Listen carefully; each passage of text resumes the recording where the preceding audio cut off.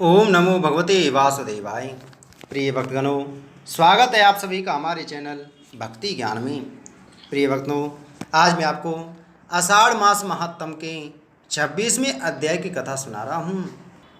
आज की कथा में हम एक ब्राह्मण और एक शूद्र की ऐसी मित्रता की कथा सुनेंगे जहाँ जाति नहीं, श्रद्धा ने पुण्य फल दिया।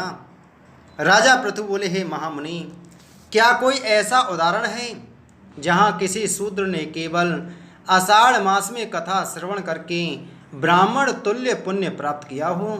और क्या ऐसा पुण्य भगवान विष्णु की कृपा से संभव हो?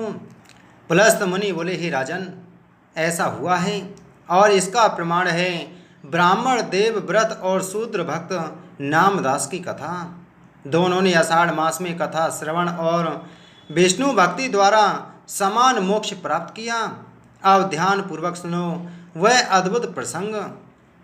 गोकर्ण तीर्थ के समीप एक छोटा ग्राम था जहाँ एक वृद्ध विद्वान ब्राह्मण देव व्रत अपने जीवन के अंतिम काल में आषाढ़ मास महात्म की कथाएं सुनाते थे।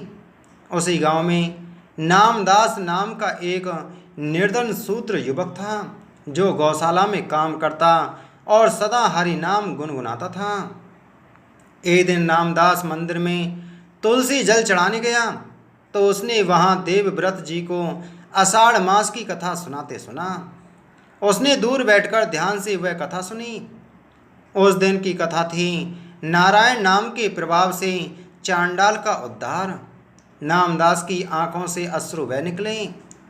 उसने प्रण किया, अब मैं प्रतिदिन कथा श्रवण करूंगा, जो नहीं समझ पाऊंगा उसे हरि नाम में समर्पित कर दूंगा।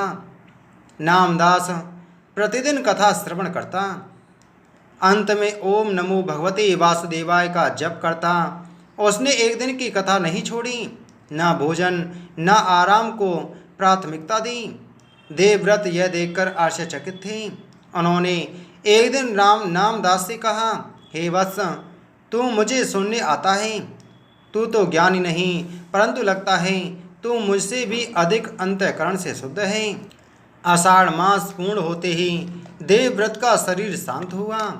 वही रात्रि नामदास ने भी हरि नाम जपते जपते शरीर त्याग दिया। विष्णु लोक में जब दोनों की आत्माएं पहुँची तो विष्णु दूतों ने दोनों को एक ही मणि में विमान में बैठाया। भगवान विष्णु ने कहा, हे देवव्रत, तूने धर्म से कथा कही। हे नामदास, तूने श्रद्धा से कथा सुनी। दोनों का भाव शुद्ध था, अतः फल भी एक समान होगा। मुझे कर्म नहीं, भावना प्रिय है।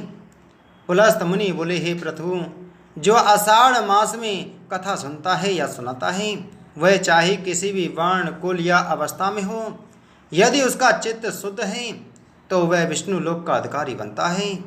पुलस्त मुनि बोले, हे प्रभु, जब नारद जी ने भगवान श्री हरि से पूछा, हे प्रभु, आषाढ़ मास में आपके भक्त क्या करें जिससे उन्हें आप सदैव सानिध्य दें, तब भगवान विष्णु स्वयं प्रकट होकर बोले। भगवान श्री हरि बोले, हे नारद, आषाढ़ मास मेरे लिए अत्यंत प्रिय है। यह मास व्रत दान सेवा स्मरण और तपस्या के लिए विशेष है। जो इस मास में निम्नलिखित 7 साधनाएं करता है वह मुझ में लीन हो जाता है। पहली साधना है हरि नाम संकीर्तन, जो पापों की शुद्धि चित्त की स्थिरता के लिए किया जाता है। दूसरी है तुलसी सेवा, श्री हरि की कृपा और घर में शुद्ध वातावरण बनता है। तीसरी है सप्त तीर्थ स्नान, कम से कम नदी स्नान, इससे देह और मन की पवित्रता होती है। चौथा है एकादशी व्रत, इससे काम क्रोध लोभ पर विजय मिलती है। पांचवी है कथा श्रवण श्रीमद् भागवत का पाठ, इससे आत्मा की उन्नति होती है। छठी है अन्न और जल का दान, अन्नदाता बनकर यश प्राप्ति करता है। और सातवीं है गुरु सेवा और नम्रता, इससे आत्मज्ञान की प्राप्ति होती है।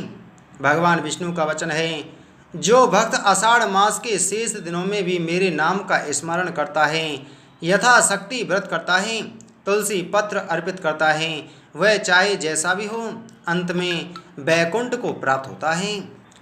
नीलध्वज नाम का एक युवक था जो जीवन भर गलत कार्यों में लिप्त रहा। एक दिन वह एक वृद्ध संत से मिला, जिन्होंने उससे कहा, आषाढ़ मास है तो केवल एक काम कर, हर रात तुलसी के पास बैठकर नारायण नाम का जप कर। नीलध्वज ने 10 दिन तक यह कार्य किया। 11वें दिन उसके प्राण निकले और देवदूतों ने उसे बैकुंठ पहुंचाया। जब नारद जी ने प्रभु से पूछा, हे प्रभु, इतना कम साधन और इतना बड़ा फल? भगवान मुस्कुराए और बोले, इस मास में मेरा नाम जपना 100 यज्ञों से भी श्रेष्ठ है। पुलस्त मुनि बोले कि हे प्रभु, जो भक्त इस आषाढ़ मातम को पढ़ता है, सुनता है और दूसरों को सुनाता है, वह स्वयं तीर्थ के समान हो जाता है। उसकी वाणी से दूसरों का उद्धार होता है। इसी के साथ आषाढ़ मास महात्म के 26वें अध्याय की कथा संपूर्ण हुई। बोलो विष्णु भगवान की जय।